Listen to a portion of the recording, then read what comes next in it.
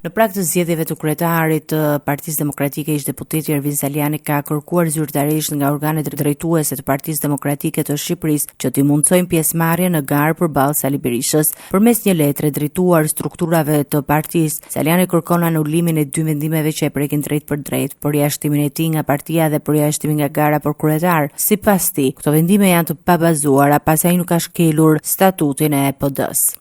Në demokraci nuk ke mundësi të zgjedhësh kundërshtarin dhe ndaj për mua nuk përbën asnjë problem që kandidat të jetë Sali Berisha dhe për këtë arsye nuk kam asnjë kërkesë procedurale për ta përjashtuar atë nga gara. Ai të jetë në garë bashkë me aleatët e tij Edi Ramën, bashkë me varësit e tij, bashkë me komisionerët e tij, si dhe bashkë me bashkëpunëtorët e tij në krimin e organizuar dhe unë do të jem përballë bashkë me demokratët në një betejë të vërtetë elektorale, shprehet Saliani. Saliani ka qenë aktiv muajt e fundit në takimin e të vendin ku ka kërkuar hapjen e partisë dhe ndryshimin e leadershipit aktual. Kjo lëvizje e tij brenda strukturave të BD-s ka sjellë përplasje të forta me drejtimin e partisë. Për këtë arsye, kandidatura e Salianit nuk është pranuar nga struktura drejtuese, duke e lënë Berishën të vetmin kandidat në garën për kreun e PD-s. Zgjedhjet për kryetar të Partisë Demokratike janë planifikuar të zhvillohen në 23 maj, ku pritet të votohet për drejtimin e ri të forcës kryesore të opozitës në vend.